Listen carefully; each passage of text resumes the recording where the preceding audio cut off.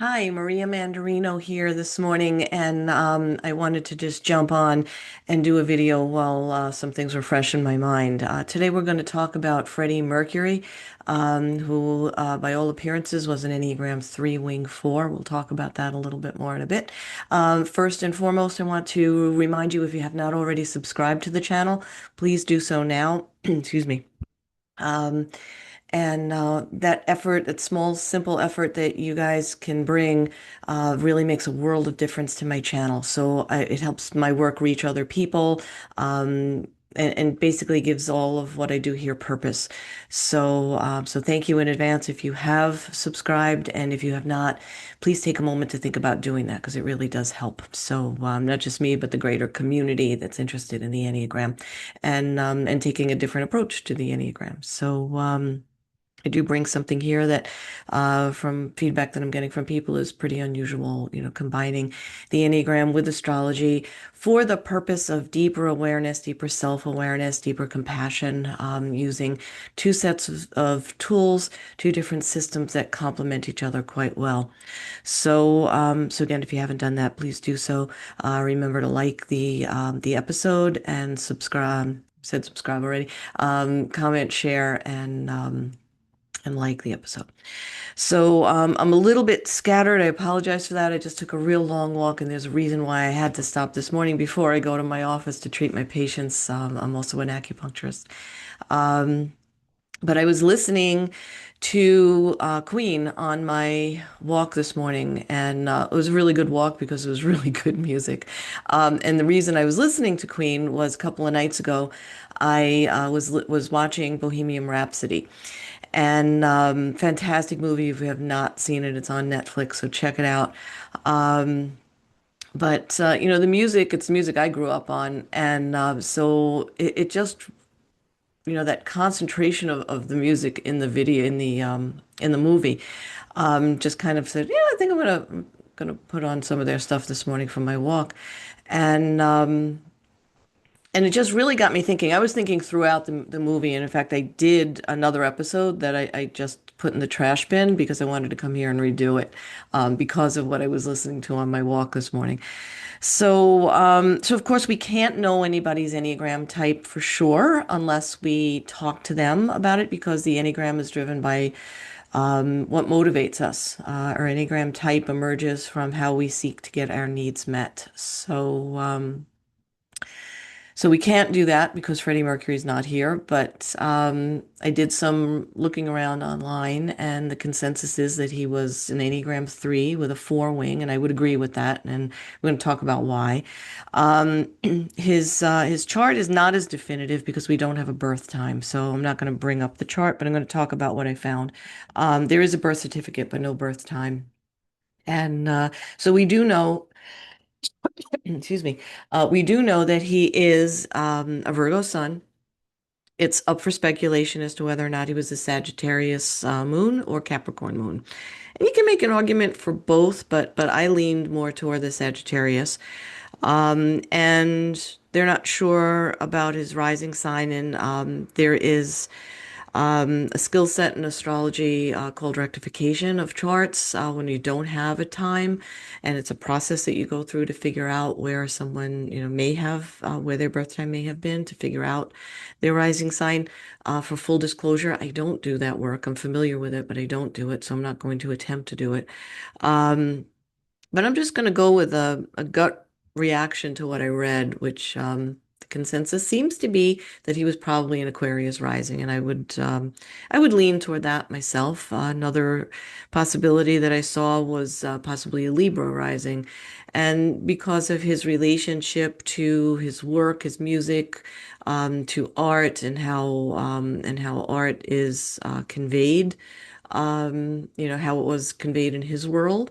Yeah, yeah, innovative. First band to really do a rock opera. mainstream contemporary radio. 6-minute song when he was told no one's going to play that. So innovative type. So, I can work with the possibility of him being an Aquarius rising for sure.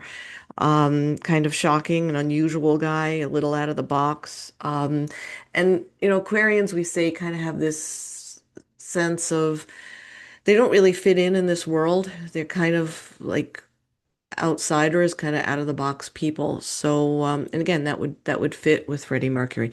So, if you don't know who Freddie Mercury was, go see the movie Queen. Again, it's on Netflix, and a rock musician, founder of the group Queen, and he died fairly young, I believe, at 45. He died from complications of AIDS.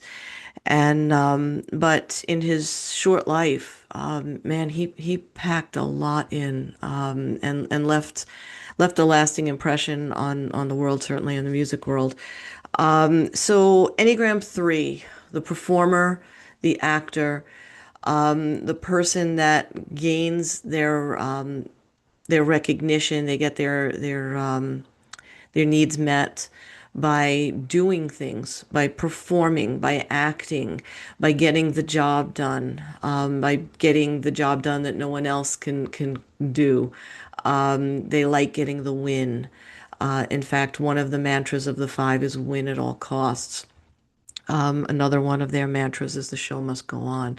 So, Ian Cron, who's work in the Enneagram, I'm very fond of.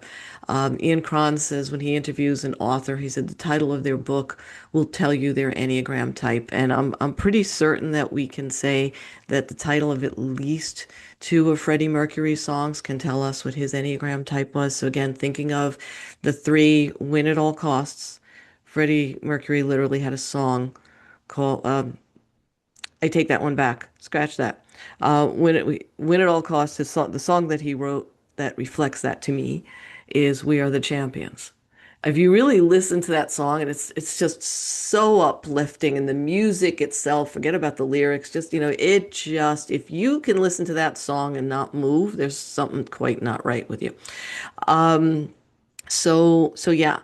Win at all costs is the three mantra, one of the three mantras. There's that thumb in Zoom. Thank you so much, Zoom.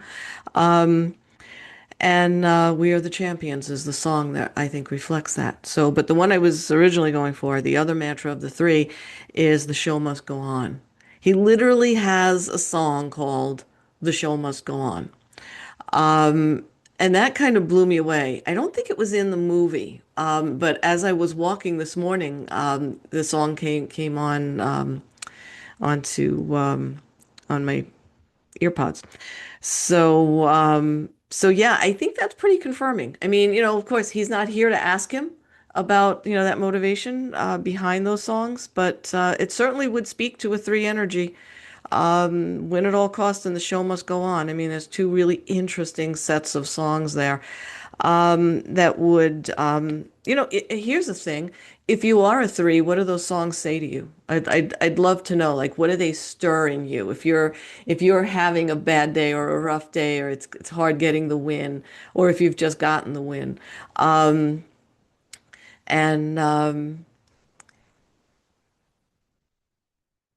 if you're having, the three, the show must go on to me is some of that sadness of the three of you didn't meet the goal.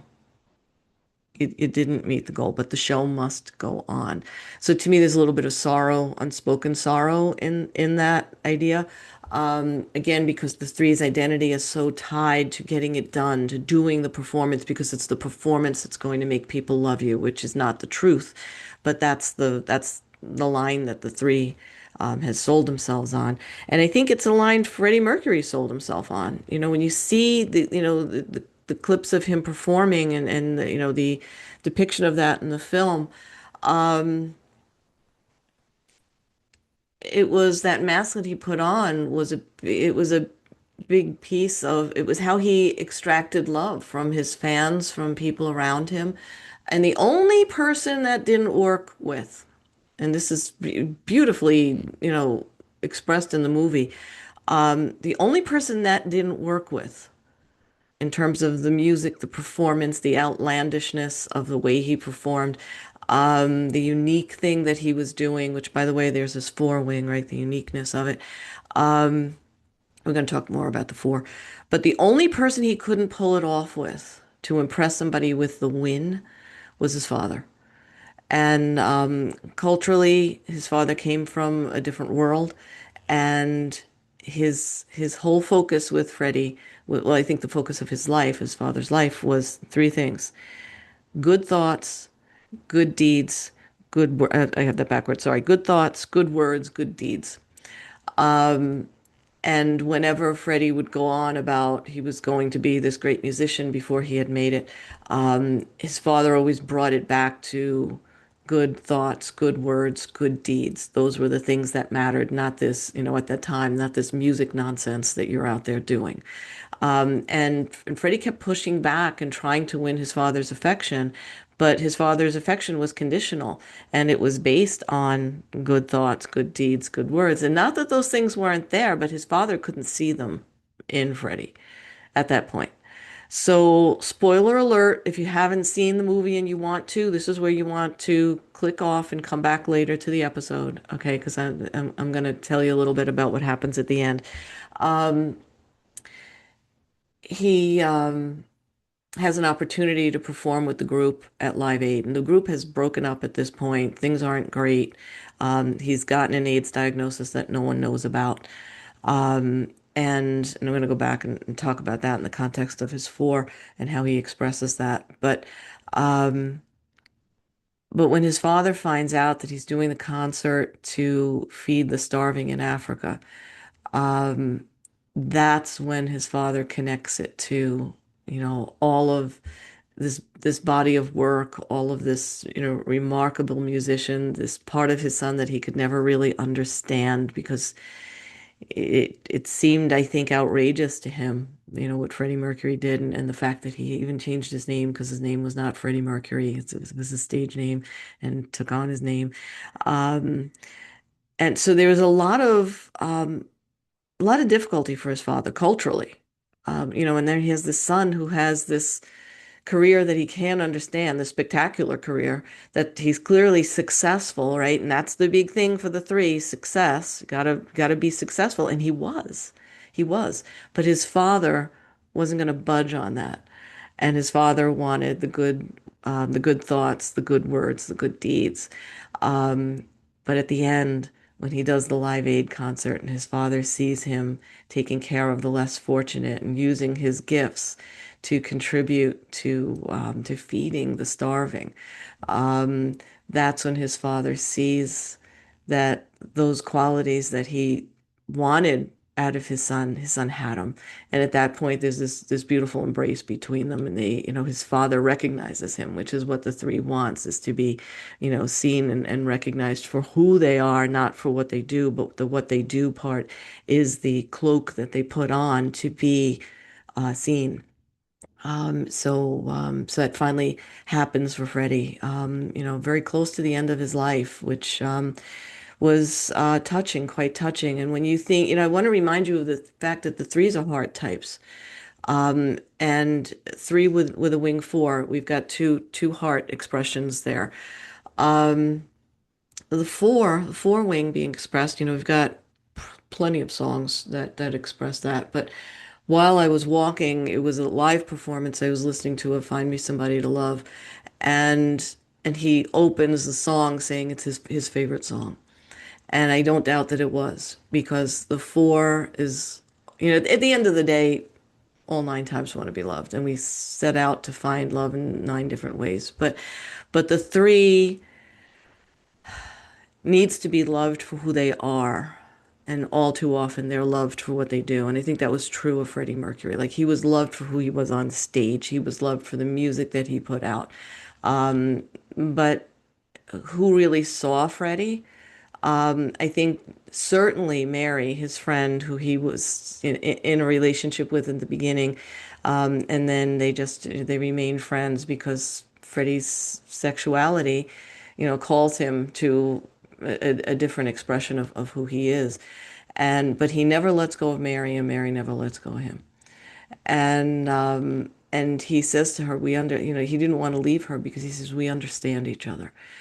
So there's this authenticity of the four, right? And and the importance of that relationship that they have because of the authenticity that they share. I think that just was such a perfect illustration of his four wing, such a perfect expression of it. Um, and we think of the four also as the individualist. We call him the individualist. Um, and he certainly was that. He was an individual. I mean, on stage and even off of stage when he was with the recording executives, and he wanted to do Bohemian Rhapsody, and he was talking about opera, and they're like, everybody hates opera. And and he didn't care. And he had a 6-minute song, and nobody plays 6 minutes. So he didn't care. We're doing it.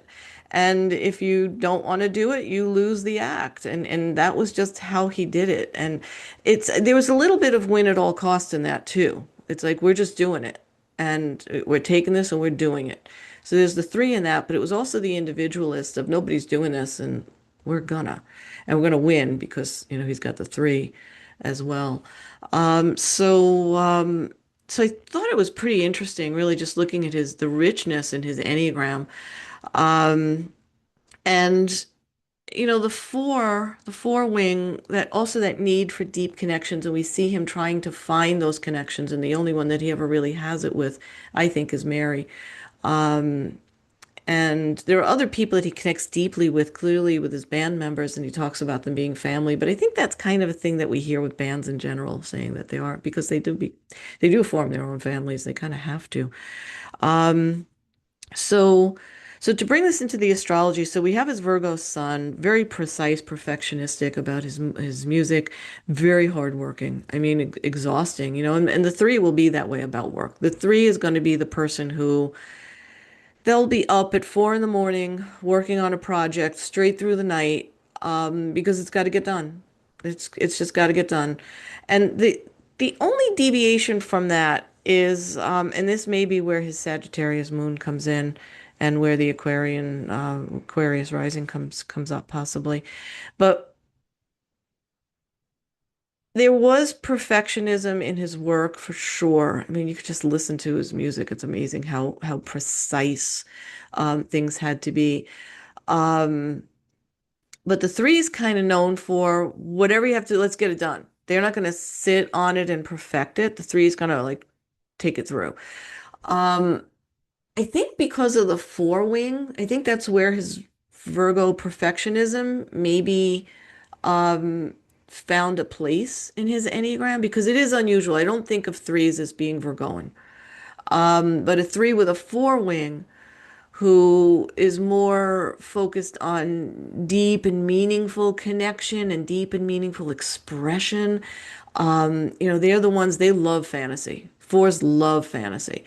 And even if you look at some of their album covers, I think they can convey. Trying to think of the one that kind of has like a futuristic. I can't remember the name of the album right now, but it has like a futuristic cover.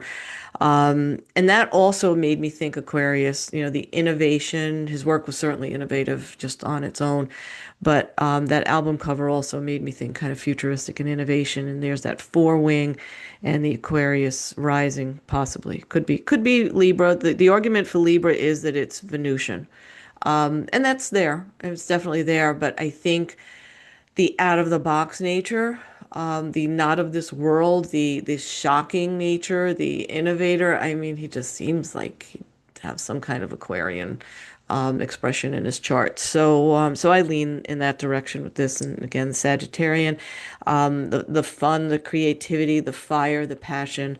Um, so yeah, I think, there's an argument for Capricorn moon because of the hard work, but I think the hard work is more the Virgo, that the work has to be everything. And it certainly was, and as someone who appreciates the music, I'm so grateful that it was, because it's just remarkable music. Um, so what else do I have here before we close? I think I hit on everything actually. Actually, no, let me throw in one more thing about that four. Um,